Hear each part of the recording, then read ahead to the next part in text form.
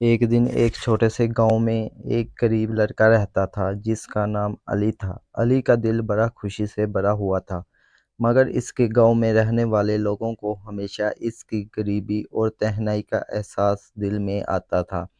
ایک دن علی نے سنا کہ شہر کے قریب ایک درخت کے نیچے دعائیں قبول ہوتی ہیں۔ علی نے بھی امید کی کہ آخرکار اس درخت کے نیچے جا کر دعا کرے۔ وہ درخت بڑا پرانا تھا۔ اس کے برساتی پتوں کی چھاؤں میں علی نے اپنی دعائیں مانگی۔ دن گزرتے گئے اور علی کو یہ لگا کہ اس کی دعائیں قبول نہیں ہوئیں۔ ایک روز ایک اجنبی آیا اور علی سے پوچھا کہ وہ کس چیز کی تلاش میں ہے۔ علی نے اپنی دکانوں کی طرف اشارہ کیا اور کہا، میں یہاں ان دکانوں میں کام کرتا ہوں، مگر میری دعائیں قبول نہیں ہوتیں۔ اجنبی نے پیار سے مسکرا کر کہا، بیٹا، دعائیں قبول ہونے میں وقت لگتا ہے۔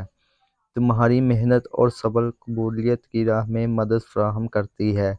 علی نے اجنبی کی باتوں کو دل میں رکھا اور محنت کرنا شروع کیا۔ وہ دکانوں کی صفائی کرتا، اشیاء کو دیکھتا اور خرید و فروخت میں مدد دیتا۔ سالوں بعد علی کی محنت اور ایمانداری نے پھل دینا شروع کیا۔ گاؤں والے علی کی کامیابی کو دیکھ کر حیران ہو گئے۔ اب وہ اپنی دعائیں قبول ہوتی دیکھ رہا تھا۔ علی کا دل خوشی سے بھر گیا اور اس نے اپنی محنت اور دعاؤں کی قوت کو قبولیت کی راہ میں ایک عظیم اصول سمجھنے لگا۔ یہ کہانی ہمیں یہ سبق دیتی ہے کہ محنت، ایمانداری اور صبر کے ساتھ ہر مشکل کو پار کیا جا سکتا ہے، اور دعاؤں کی قوت سے ہمارے لیے راحتیں پیدا ہو سکتی ہیں۔